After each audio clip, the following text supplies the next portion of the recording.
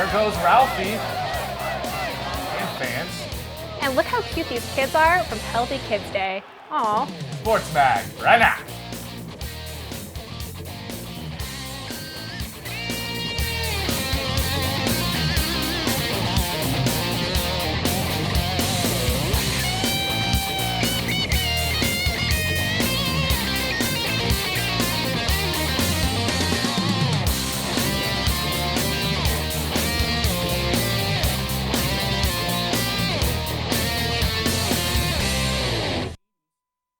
Hello everyone, welcome to CU Sports Mag. I'm Alexis Perry, sitting alongside Nick Rothschild.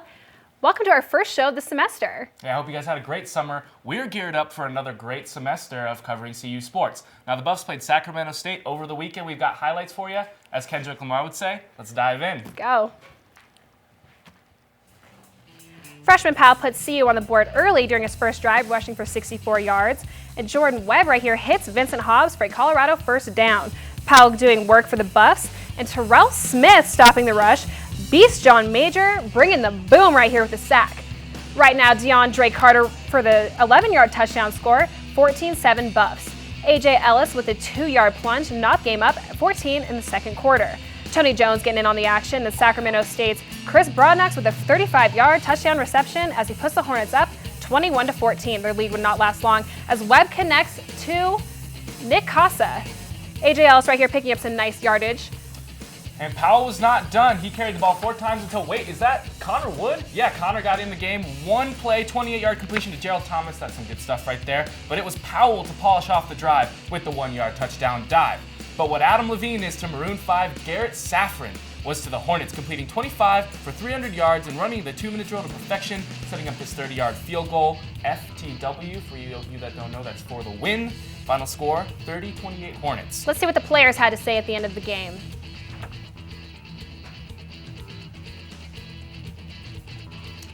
Oh, let's check out stats the first. Stats before we talk to the players. Garrett Safran, like I said, 25 37, 312 yards, 2 touchdowns.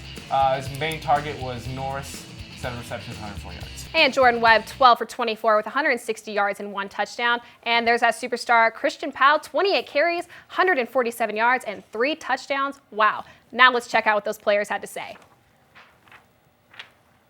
You know, they came out here with the mindset that they had nothing to lose, you know. This is not a game they were supposed to win, so they came out here and just, gave it their all. I feel like we tried to keep it balanced, and we just, like I said, we didn't execute the drives we did. I think you can see our ability, and we got to do that all 4 quarters. Our goal is to win 3 out of the next 4. Well, we got to win our next 3. And there's no one in that locker room, or there will be no one in that locker room who won't come to work hard. While the upset to Sacramento State was a tough loss for the Buffs, head coach John Embry remains positive for the rest of the season. Embry said he saw improvement from his young team, which he hopes will continue as CU reaches the meat of their schedule. Embry shared his plans for the team at his weekly press conference. Sac State and looked at a few things and identified, I think, a few things that we can keep doing to improve. We're going to keep being competitive. We're going to keep grinding and fighting. As I said in my press conference afterwards, that's who I am as a person, and that's what my staff is comprised of, a lot of competitors, a lot of guys who will fight. And, we're spreading that attitude to the team. It was basically 8 plays that if we make any one of those 8 plays on either side of the ball, you win the game. Now as a team, we have to learn how to continue to finish. We have a 14-point lead early. We have an 11-point lead early in another game, and we need to be better about is understanding the other team's going to come back or fight back, and we have to keep our foot on the gas and keep doing the things we have that have been successful. I do believe we've gotten better. Our record doesn't show it, but we are better than what we were in the past. I just look at our players. I look at how they've changed. I look at the plays that they're making. I'm looking at some of the young kids who are going to be really, really good players as they get more comfortable in things. I see a significant change in our team than what we were from a year ago. Many of the Buffs struggled against the Hornets, but tailback Christian Powell was a bright spot for the offense. His performance of 3 touchdowns and more than 100 rushing yards makes him SportsMag's Athlete of the Week. You know, it's a blessing to be able to have a performance like that. So I'm just thankful to have been able to do that. It was great. It's like, it's something that you dream about, you know, having the crowd go wild or whatever. Coach, he just moved me to running back, so I knew, like, I just wanted to go complete my job, whatever it was. Like, so all game I was trying to fight for the extra yards. Yes, coming from Cali, it's nice to get to move to a different spot, become familiar with a different environment. I'm Christian Powell, and I'm CU SportsMag Athlete of the Week. Now, CU's football record currently stands at 0-2, and the abysmal start got us thinking. So this week's trivia question is, what was the Buffs' record during the program's inaugural season in 1890? And we'll have the answer later on in the show. Up next, students comment on how game time injuries affects their view of football. And Buff athletes spend some time mentoring future Buff fans. We'll be right back.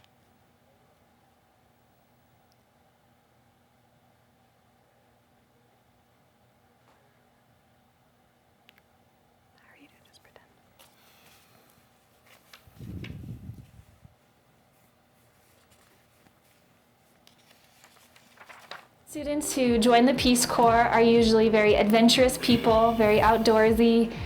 They usually are very caring, very passionate people.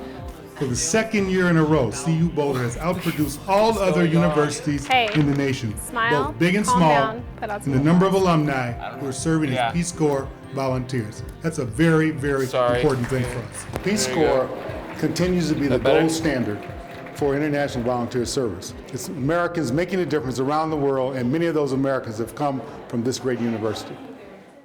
I'm not sure if it's the beautiful setting or the mountains or the weather, but one thing's for sure, there's a special civic pride on this campus. The great spirit of volunteerism here on campus and internationalism that you find here really just kind of brings Peace Corps out a little more than it does on other campuses, I think. You should be very proud to come from a campus that inspires so much public service and collectively works to build a better world.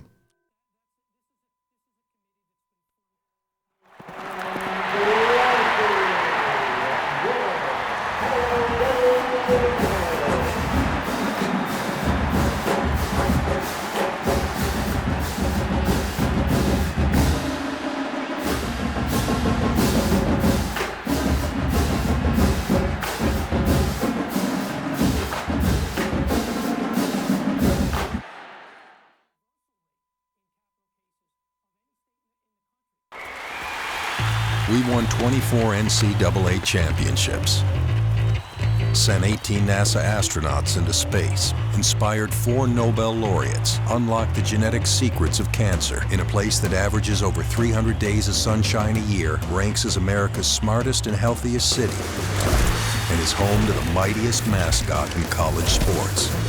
If you didn't know what the University of Colorado is all about, now you do. The Buffs game against Sacramento State didn't exactly go as well as the coaches had hoped. No, it did not. Audra Streetman and Anton Baru talk about what went wrong in this week's double team. Take it away, guys. Hello and welcome to Double Team. I'm Audra Streetman sitting alongside Anton Baru, and we have a lot of football to talk about today. Starting off with the disappointing loss against Sacramento State last weekend, and then also forecasting the upcoming Fresno State game, which is going to be interesting for the Buffs. Looking back to Sacramento State, though, we started off the game strong. We had 2 back-to-back rushing touchdowns by Christian Powell. The offense, we had a great offense, very fluid, a good defense as well. But tell me, what happened into the second half that made it a loss for us? Well, yeah, anyone who saw this game would say that it was really close right down to the wire, and I totally agree with them. I think the biggest difference, which was kind of the difference in the game to me, was Sacramento State's ability to move the ball through the air a lot better than Colorado. The secondary looked gassed, and they couldn't keep up with any of the guys. Gave up some big plays, 35-yard touchdown reception by Broadnax in the second quarter. The defense as a whole was just totally worn out by the fourth quarter. They let Sacramento State drive down the field twice and get 2 key field goals that won the game for them. I think the biggest thing that Colorado has to work on, though, is improving that offensive line. The quarterback was sacked twice, Jordan Webb, in the game against Sacramento State. 2 big losses, and also, under pressure for most of the game. So I know this offensive line is dealing with key injuries to starters, but that's not an excuse for the team's poor performance so far, and it won't be going into the future. Definitely. Speaking of Jordan Webb, there's a little bit of a quarterback controversy brewing. If you think back to Embry's press conference, he mentioned that he will be starting Jordan Webb as the quarterback for the game, but he'll be giving Connor Wood a little bit of play time either in the 3rd or 4th quarter, depending on how the game goes. And I'm really interested to see how he does. I think that this could potentially be a game changer for CU, depending on how much Connor Wood can bring to the game.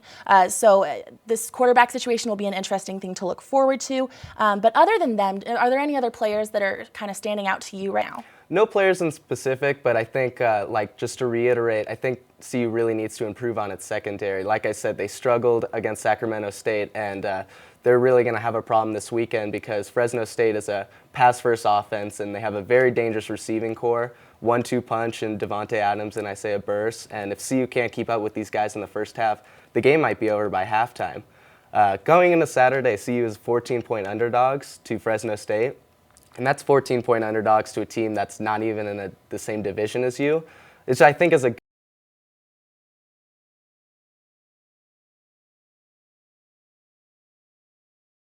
in a game. I think there are some hits after the play that can kind of mess you up because people do hit you after the play. So they should probably do a little bit on that because it happens. I mean, yeah, I think they need to look into more research to see how injuries can be prevented. I've seen a lot of people get concussions and get knocked out, like during high school. Definitely makes you think twice about what you're doing. So far, the NCAA has reported 20 head injuries out of over 400 other injuries this season. Now, the NCAA and the NFL are still investigating the long-term effects of playing the sport. However, the physical nature of the sport will have to be addressed in the coming years. I'm Rose Heafy, News Team Boulder. Thanks, Rose. Now, our thoughts and prayers do go out to Tulane's Devon Walker and his family. Before kickoff last week, CU athletes hosted a Healthy Kids Day where players from each sport coached the young participants. We here at Sports Mag wanted to share with you some of our favorite moments.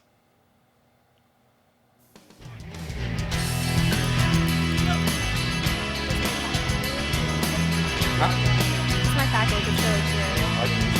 It's fine.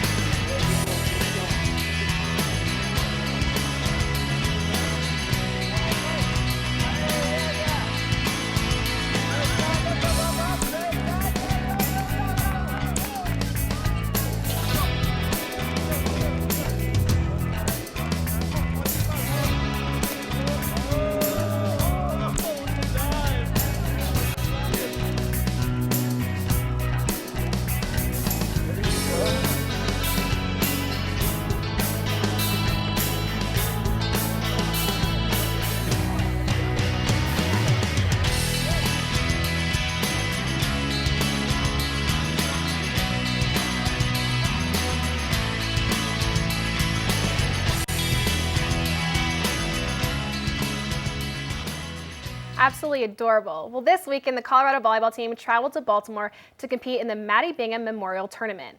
The Buffs began their tournament play against the University of Maryland, Baltimore County, and after a grueling 5 sets, the Buffs pulled out a 3-2 win over the Retrievers, winning their second straight road game of the season. Next on the schedule for the Buffs was the Howard University. Colorado swept the match 3-0. And last on their schedule were the Robert Morris Colonials. The Colonials proved to be a tough opponent, but Colorado kept their momentum rolling and completed the weekend sweep with a 3-0 win. This week on the Twitter, our CU men's basketball team announced Dustin Thomas will be joining the squad next year. The 6'8" power forward is from Texarkana, Texas. Also on Twitter, @CU Buffs announced that our men's and women's basketball team will host Midnight Madness on October 12th, so get out there and join that. The madness will begin after the women's volleyball game versus Arizona State. Come out and support all our CU athletes and keep tweeting us @CU SportsMag. After the break, the women's soccer team goes to DU for the Denver Invitational. And Coach Danny Sanchez prepares for his homecoming this weekend. Stay tuned.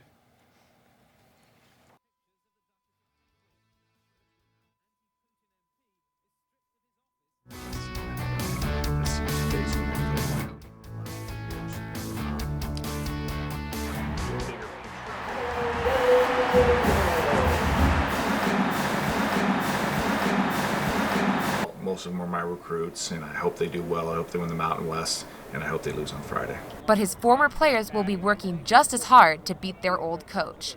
When a coach leaves, some are sad, some are happy, and most just want to move on to the next coach. You really don't care. So, but there are probably some players there that want to stick it to us, and that's fine as well. And we want to win bad as well. So it'll be a good game. The Cowgirls will be among the toughest competition the Buffs have faced so far this season. They are second in the Mountain West Conference standings. I think it'll be a good test for us. We've had some success so far. We've had some ups and downs, but for the most part, I mean, we won 4 games last year, and we're at 4 games right now already. So, but we know the challenges in the Pac-12. So we have to kind of prove to ourselves that we can go into a tough environment and get a result. Just don't expect Coach Sanchez to be too friendly with his old team. We had a great experience there, but really come 4 o'clock, I think it'll be like any other game. It's not personal, it's just business. Rose Heafy, CU Sports Mag. Thanks, Rose. Coming up next, Sports Mag's Alyssa Gertie gives us the week's forecast. And we'll have that answer to that pesky trivia question. Don't go anywhere. Listen to me just a second. We don't want to be at your party any more than you want us here. What could we have done to avoid this? Keep the noise down so no one complains. Hey, guys, keep it down. The neighbors are complaining.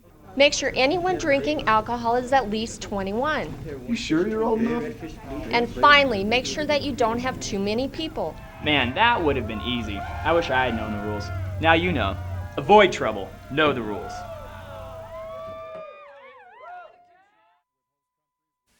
Don't you love that safe, free feeling you get in a pickup truck, Larry? Yeah, nothing but you, me, the open road, a deer. Yeah! A cow! Yeah! The village people! The village people? You could learn a lot from a dummy. Buckle your safety belt. Especially in pickup trucks. I didn't know the village people were doing a road tour.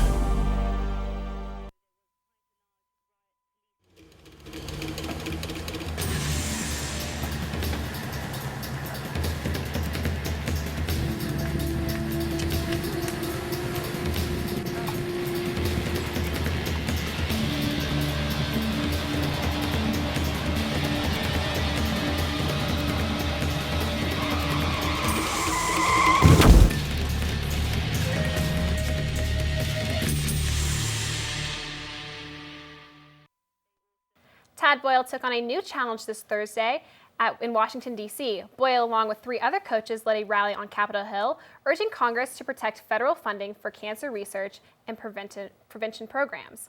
All 4 coaches are members of Coaches vs. Cancer, a collaboration of National Association of Basketball Coaches and the American Cancer Society Action Network. The American Cancer Society meets every September for 2.5 days of training, networking, and meeting with Congress. If you are interested in this organization, visit them online at www.acscan.org.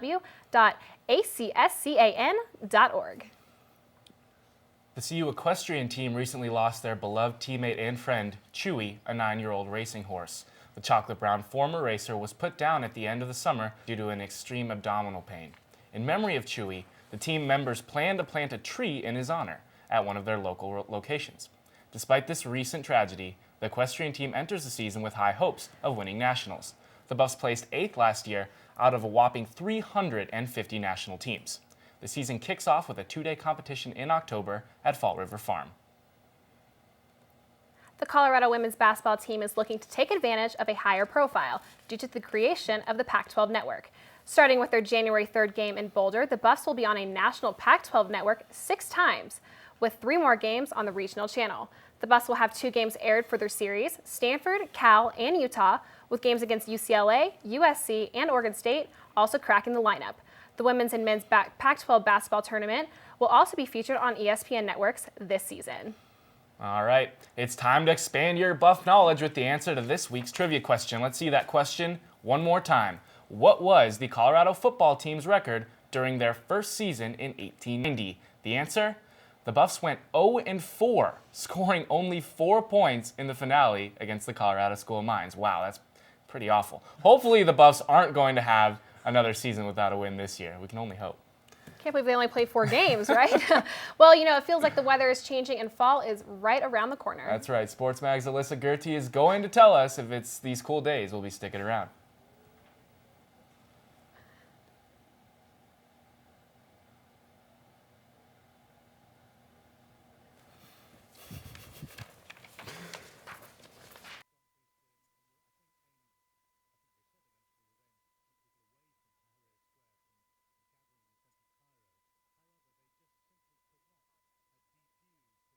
Well, actually, Nick, thank you so much for joining us on the desk today. We know that you are going to be going out of town, so I hear. Yes, I'm actually leaving for London on Tuesday. I'm studying abroad, and that will be my last semester as a student. So I'm actually graduating while I'm gone, and I really appreciate you guys having me back this semester. I know I kind of left last semester that you did the whole goodbye thing. And I know, we thought you weren't coming back, so right. we were prepared. And But yeah, it should be fun. I got to get ready for a lot of rain. I got my rain boots and my rain jacket, so I'm going to really miss you guys, though. This has been a lot of fun. So. Well, you know what? We're about to be getting ready for snow, so yeah, that's true. Not too big of a difference. But, luckily, the CU Buffs are going to Fresno, where it's going to be nice, sunny, and hot this weekend. Really looking for a win. What do you think is going to happen this weekend? Well, I think Anton hit it right on the head that they really need to shore up their secondary and they need to pass the ball better. Jordan Webb really needs to get into some sort of rhythm, or Connor Wood's going to be in that game. That's true. Well, you know what? For Nick Rothschild, I'm Alexis Perry, and we hope to see you guys next week. Peace.